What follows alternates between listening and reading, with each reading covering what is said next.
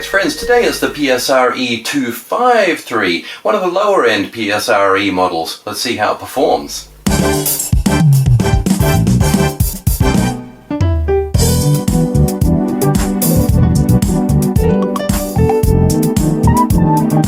Once again friends, in the spirit of doing my demos a little bit differently, we're going to focus quite heavily on preset beats and demo tunes.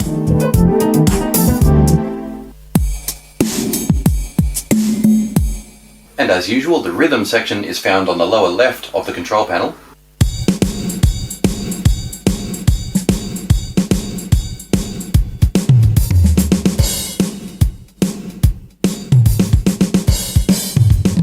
Some nice panning with the tom-toms there. We'll hear this next one with a full accompaniment.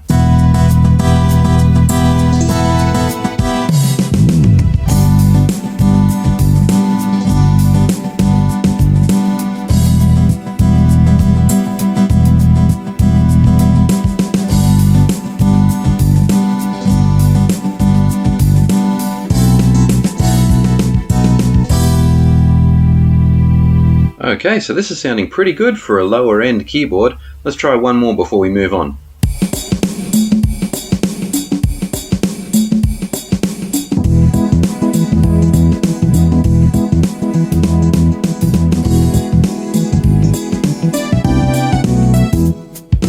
It's a matter of personal taste. Let's hear some piano.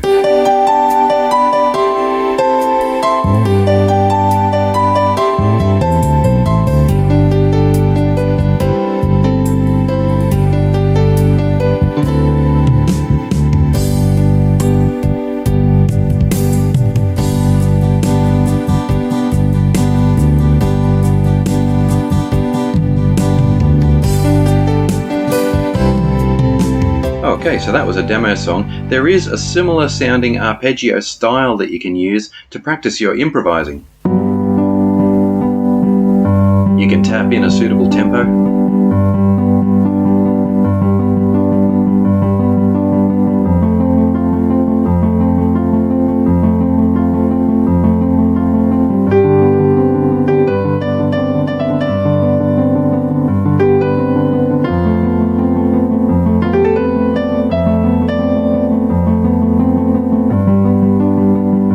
I've found this useful for practicing to stay in key. Let's try it in F sharp minor. Figure out where all the nice notes are.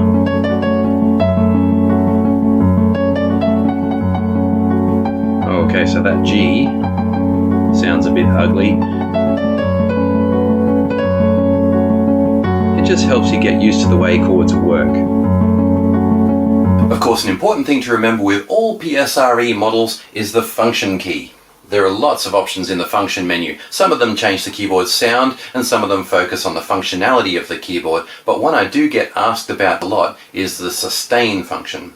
If you don't have a sustain pedal, you can set the keyboard to automatically add a little bit of sustain.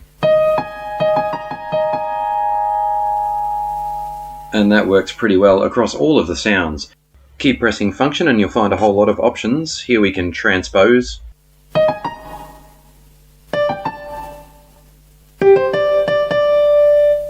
Even jump whole octaves.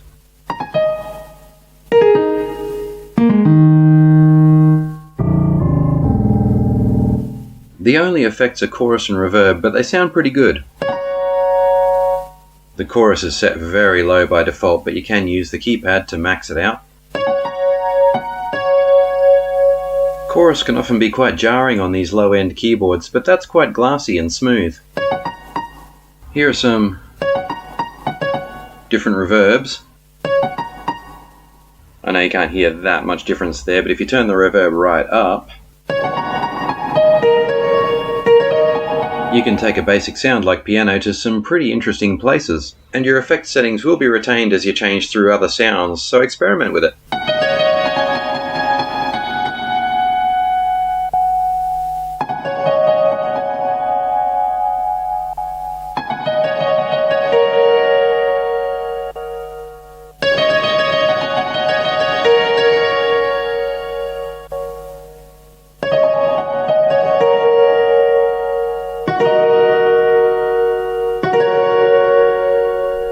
So that's a range of pianos and a few tricks that you can try.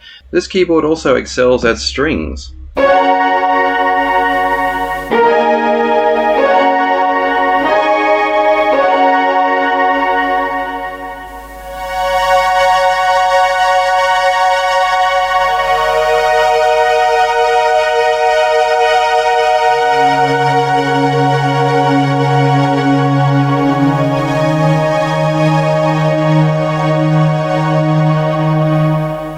Even recorded direct through my camera. That's really not bad.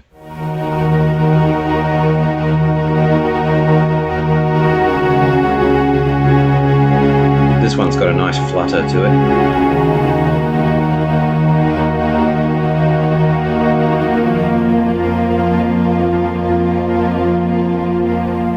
And I love the vintage charm of this next one.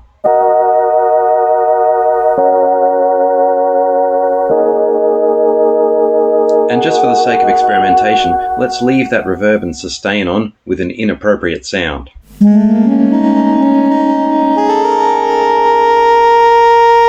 bit of sci-fi saxophone.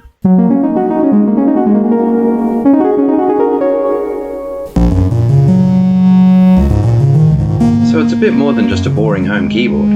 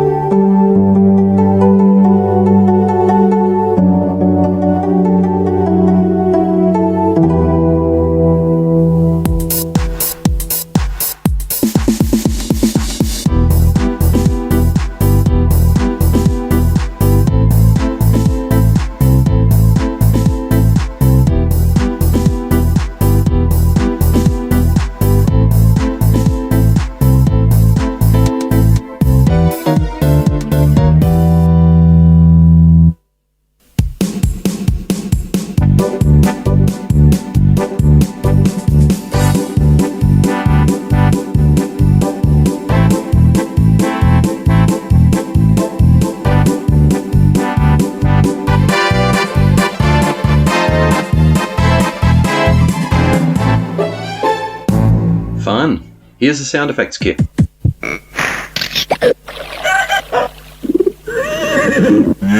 Go!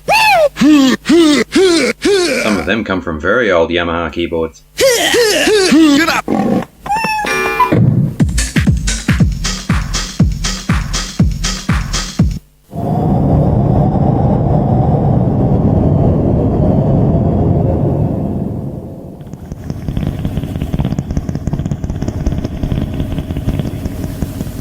I've still got my reverb right up. Let's pull that back a bit.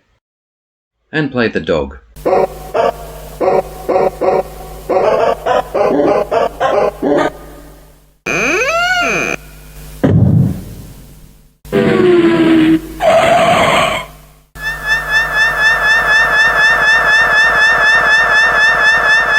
And let's have a very poor quality round of applause.